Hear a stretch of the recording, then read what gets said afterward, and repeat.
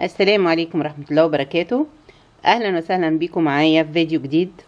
النهاردة بإذن الله هنعمل اعادة تدوير لعلبة بتاعت ايباد.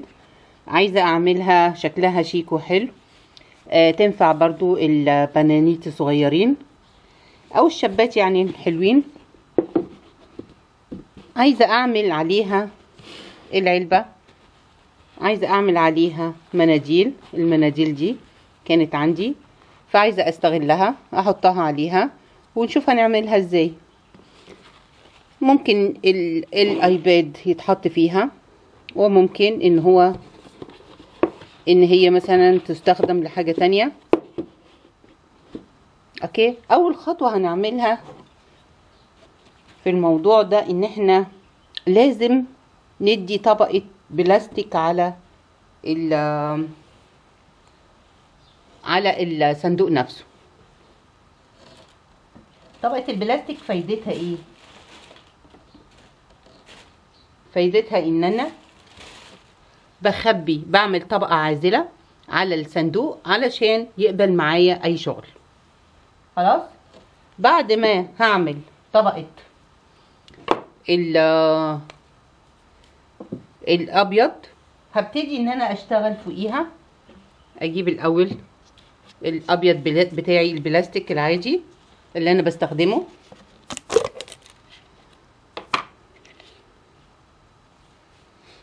هبدأ ادي طبقة منها وهسيبها تنشف او شغل عليها السشوار لو انا مستعجلة، وبعدين هنرجع مع بعض نشوف هنلزق المنديل ازاي. انا بلزقه طبعا كالمعتاد زي ما بنلزقه كل مرة بالورنيش ومن فوق المنديل.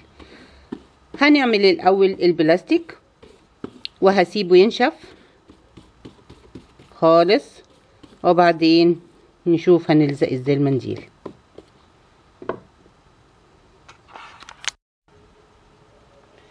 ودلوقتي جينا بعد ما العلبة نشفت من الابيض، هو لسه فيها شوية كده بتلمع بس هنشتغل على طول. هناخد المنديل اللي انا اخترته، هاخد الورقة نفسها، هحاول ان انا اقطعها مش بالمقص بايديا، احاول ان انا اعمل لها التنتيفات دي لاني لسه هكمل كمان اللون بالشكل ده. هشيل الطبقة الخارجية او اللي هي البطانة بتاعتها، هبدأ احطها في النص بالظبط.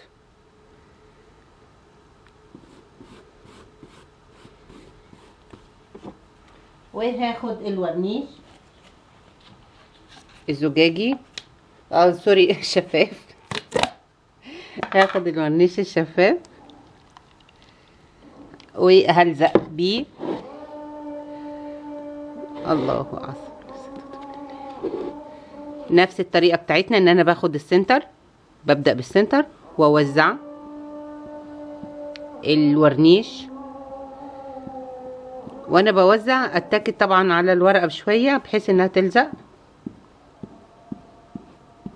من السنتر لبره علشان تخرج لي الهواء اللي تحتيها زي ما بنعمل كل مرة. هبدأ دلوقتي بعد ما الزقها اكون نفس درجة لون الخلفية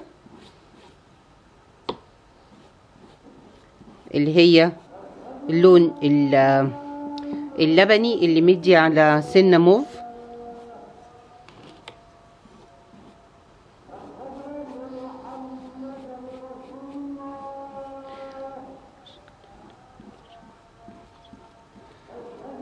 كده، وبعدين هعمل الحركة اللي انا بعملها كل مرة بالايد بحيث ان انا ابقى متأكدة ان كل الشغل عندي سوا واحد ومفيش خالص فيه كرمشة. نفس الشكل ده. هبدأ دلوقتي اكون اللون، نكونه مع بعض. هناخد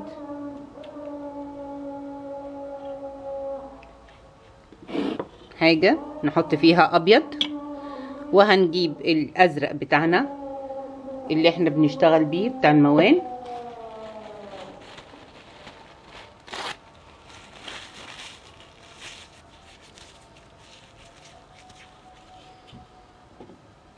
نرجه كويس.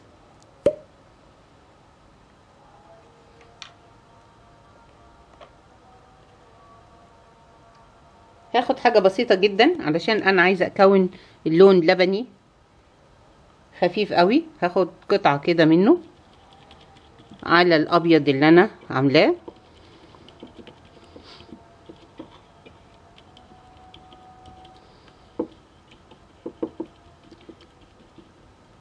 طلع اللون ده هيبقى تقيل كده معايا، لازم احط عليه طبعا حبة ورنيش.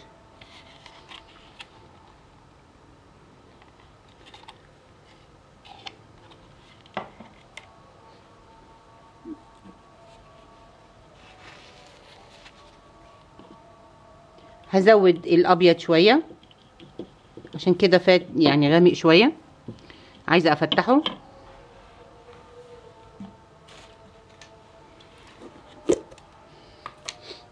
هبدأ احط الابيض.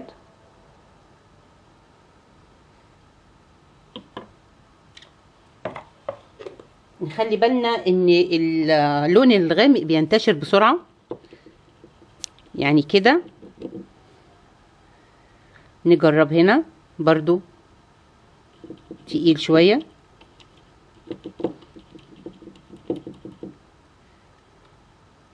هبدأ اخد اوزع.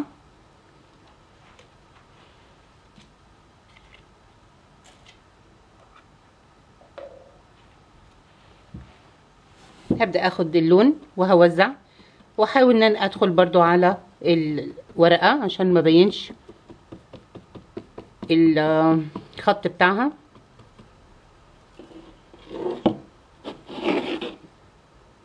بالشكل ده.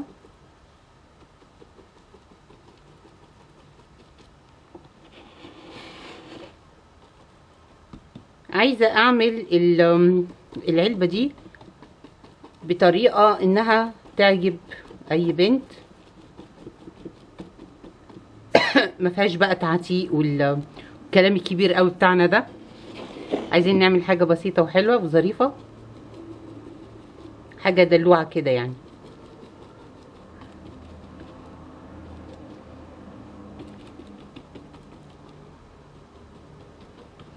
اللون كده غامق شوية، ممكن هديله بعد ما ينشف سبونشات ابيض او فضي.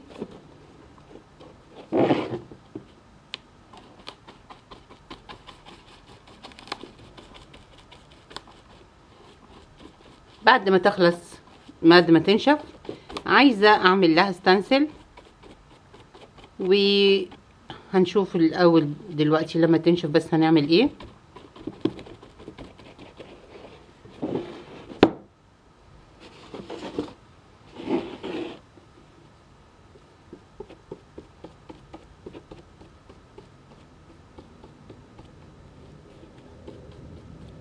بالشكل ده. هسيبها تنشف وهنشوف هنعمل ايه.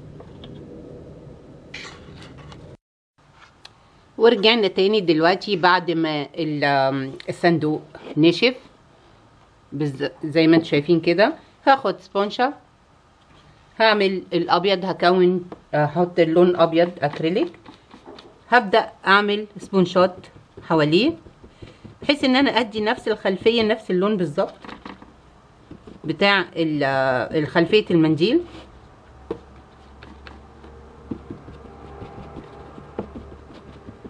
ابدأ من الدرجة نفسها، ابدأ ان انا افتح لغاية لما اوصل للغامق زي ما انتم شايفين كده.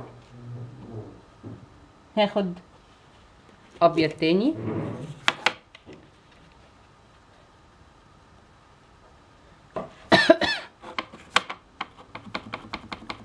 لازم اعمل اخلي اسيح الخلفية بحيث انها تبقى مفيش فرق بينها وبين الصندوق. لازم اعملها كلها شكل واحد،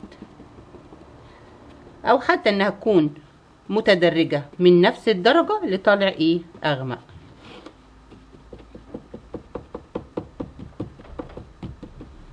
الشكل ده يعني شوف هنا كده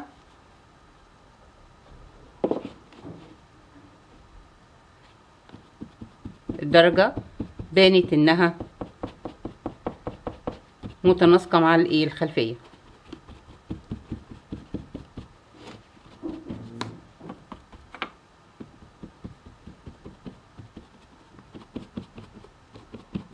هيجي دلوقتي بقى مرحلة ايه الاستنسل.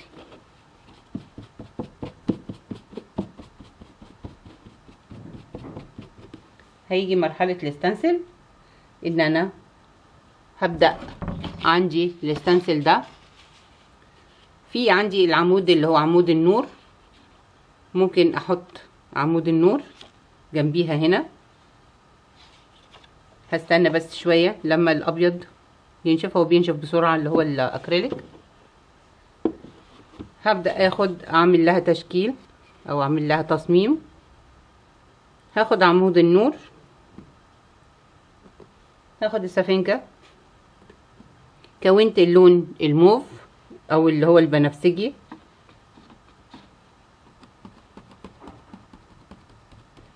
هبدأ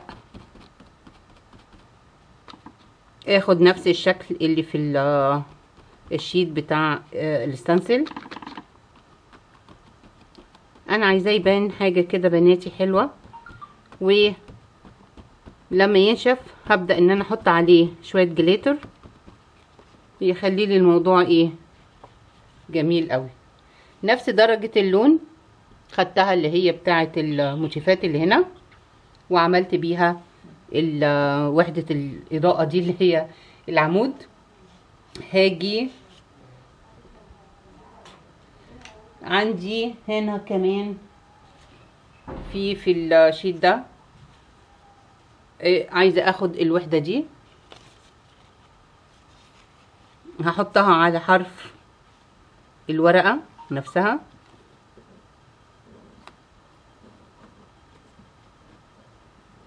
ناخد حتة منها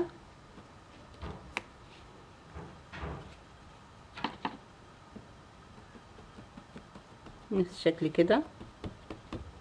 ما بكترش اللون علشان ما يعمليش مشاكل تحتيها والرسمة تتمسح، او الرسمة عشان الرسمة تبقى باينة، لان كتر اللون تحتيها بالظبط كده. اهي هنا واحدة. عايزة فوق برضو اعمل كذا حاجة.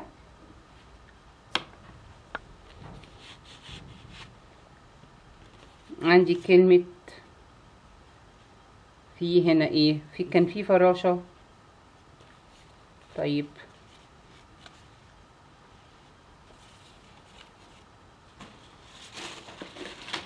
هاخد الركنة دي حلوة،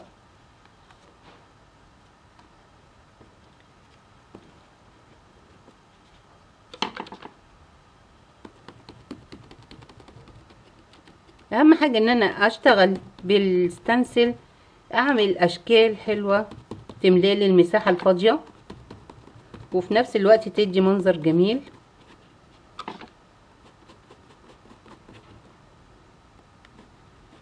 والموف شكله حلو جدا. انا بحب عامة الريسايكل، اي حاجة فيها اعادة تدوير بعشقها طبعا.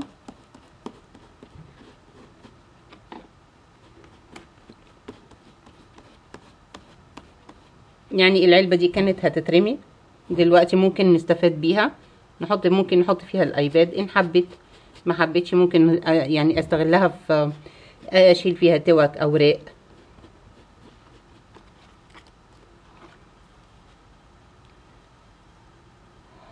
اوكي كده احنا عملنا شكلين. كان في عندي فراشة، كان في عندي فراشات ممكن احطها.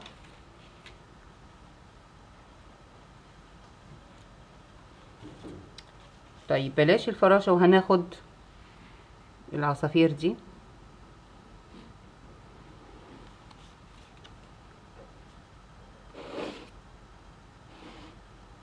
طيب اوكي، احنا بنعملها دلوقتي كده.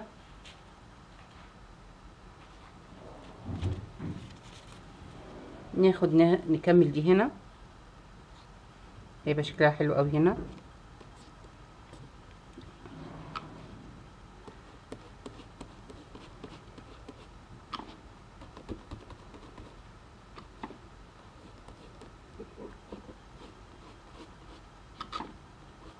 خلص بقية الستانسل ونشوف هنعمل ايه فيها. ممكن احط لها برضو ستانسل من الجناب، هيبقى شكلها حلو.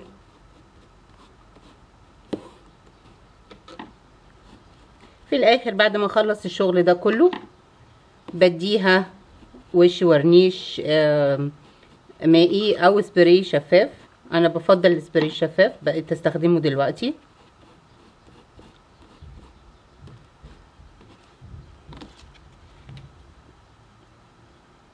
اوكي، هحاول هنا برضو اديها حاجة زي مشيفة كده او الشكل ده، وانزل الستانسل ده هنزله على تحت كده، هنزله هنا وعلى الجناب اكمله، وهوريكم هنرجع اوريكم هنعمل ازاي عليه الجليتر. هنيجي دلوقتي لفقرة الجليتر.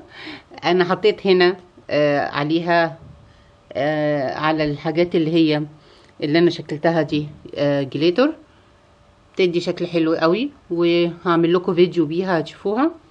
انا بستخدم الاقلام دي، قلم فضي، في منه الوان فضي وذهبي وازرق وكل جميع الالوان. خلاص انا هعمل زي كاني بعمل ريليف بالظبط.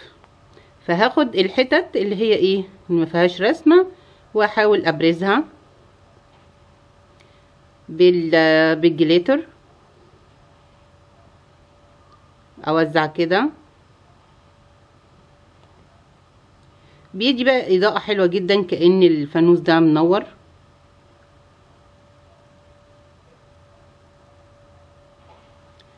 الشكل ده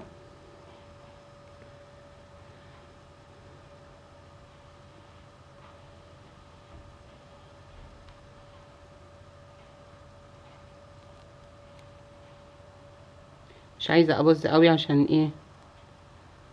بسم الله الرحمن الرحيم.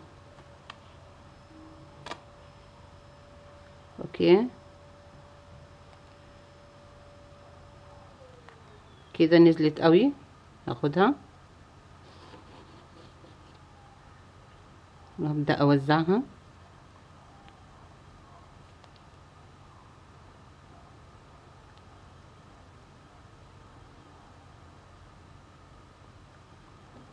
هرسم بيها عادي جدا على الستانسل اللي انا عملته.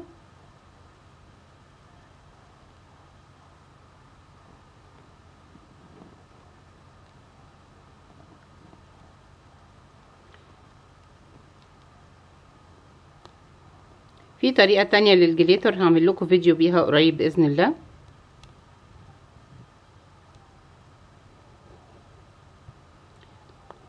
ده اهو الشكل اهو، برسم عشوائي كده زي ما انتم شايفين.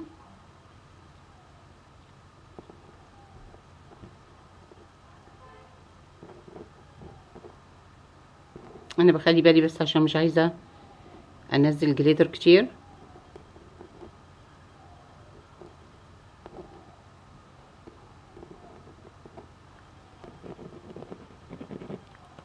بالشكل ده هعمل لكم فيديو علشان تشوفوا شكل الجليتر بقى عامل ازاي. اتمنى العلبة تعجبكم، هوريكم الشكل النهائي لما تخلص باذن الله. وده الصندوق بعد ما خلص طلع جميل جدا، حاجة كده يعني بناتي جميلة رقيقة. حتى الجليتر انا مش مكتراه قوي عشان ما يبقاش اوفر، بالعكس بقى حلو قوي. يعني انا بحب الريسايكل جدا، وحاجة اتعملت من صندوق كان المفروض يترمي. لكن دلوقتي مش هيترمي، هيتحط فيه حاجة تانية. مش لازم يتحط فيه الايباد، ممكن نحط فيه زي ما قلنا اوراقنا، حاجات، اي حاجة تخص البنات، وحاجة كده رقيقة وجميلة وظريفة. واتمنى الفيديو يعجبكم وتنفذوه وتقولوا لي رأيكم، واي استفسار انا عنيا ليكم. ميرسي، اشوفكم قريب باذن الله في فيديو تاني، وباي باي.